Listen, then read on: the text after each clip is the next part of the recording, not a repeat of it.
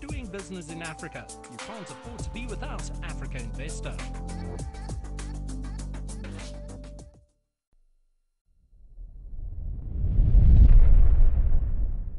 We know from a regulatory standpoint, you know, we're trying to sort of catch all, but before I sort of go into the scope 3, I wonder if anyone knows what, if you could have a picture in your mind, what sustainable finance looks like.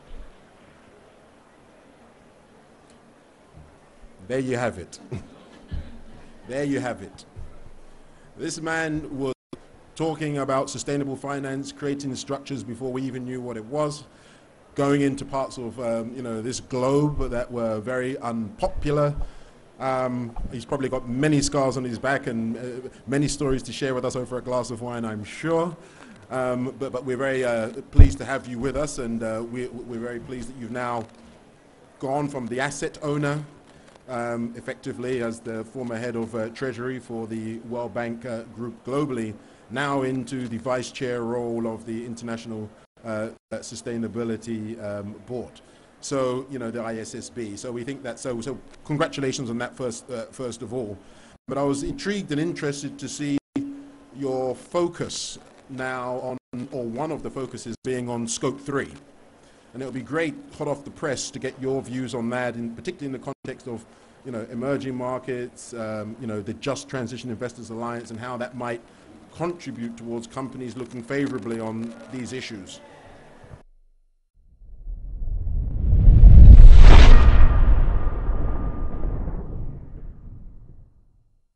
Well, thank you so much for inviting me, and congratulations on the launch of the Just Transition Investor Alliance. You know, it takes all of us to work together to go very far. And Hubert, last we met in Gaborone, Botswana, when we were discussing how African Sovereign Wealth Fund can support Africa's development. So I think we're all in together. Indeed, I spent the last almost 3 decades working in international development, capital market innovation. But last month, took on a new role as the vice chair of the International Sustainability Standard Board. So bear with me, let me just introduce a bit of background, hopefully relate to the important topic we're today.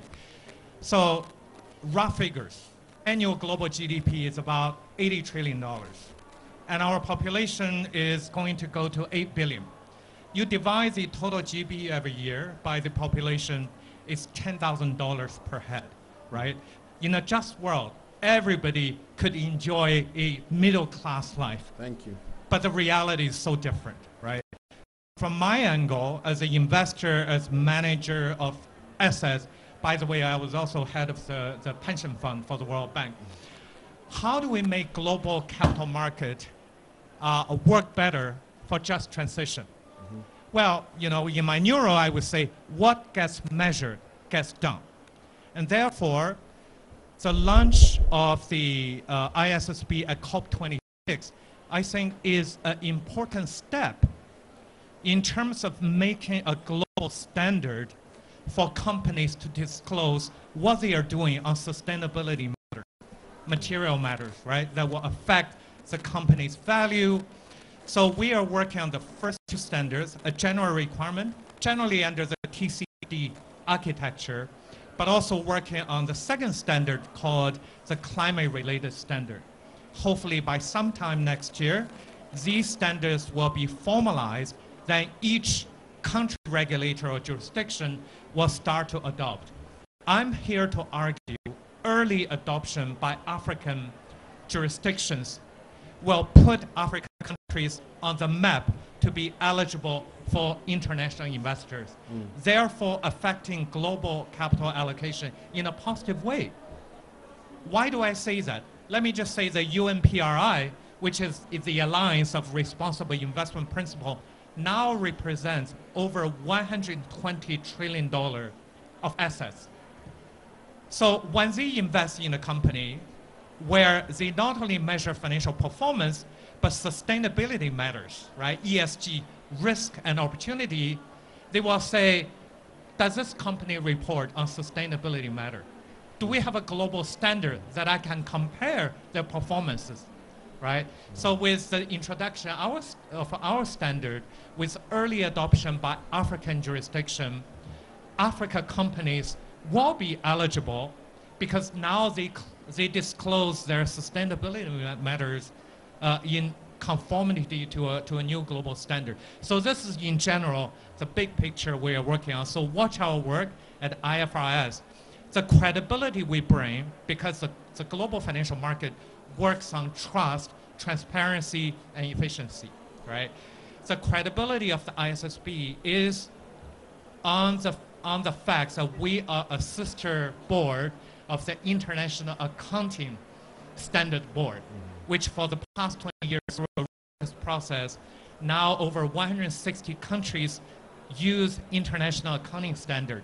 Therefore, making investors' job easy when they do financial analysis of the financial disclosure across different countries. What ASB has done is what ISSB is doing for sustainability, right? When it comes to scope 3, I don't want to go into detail because you are all experts, that we made a decision in shaping the future standards that scope 3 should be reported in addition to scope 1, scope 2, but recognizing there is a gap there in terms of readiness, data availability, so on and so forth. We will provide relief and then safe harbor with each jurisdiction. So there is a due process. But here is where at COP27, we are launching a global partnership for capacity building, making sure we not only make the standard, we also make capacity building for the global south an integral part of our promise, so that implementation does not only become easy for the global north, but global south will be ready to adopt too. So this is really, in a nutshell, the high-level overview. Let me just come back to say that since COP27 is in Africa, it's putting a spotlight on the opportunities and possibilities of Africa. And I started my international career in Abidjan, working for the African Bank almost 30 years ago. This is a continent of my passion.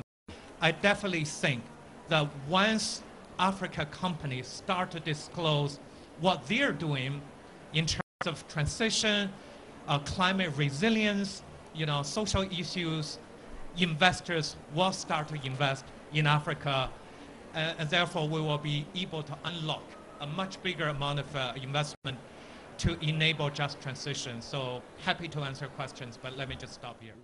Doing business in Africa, you can't afford to be without Africa Investor.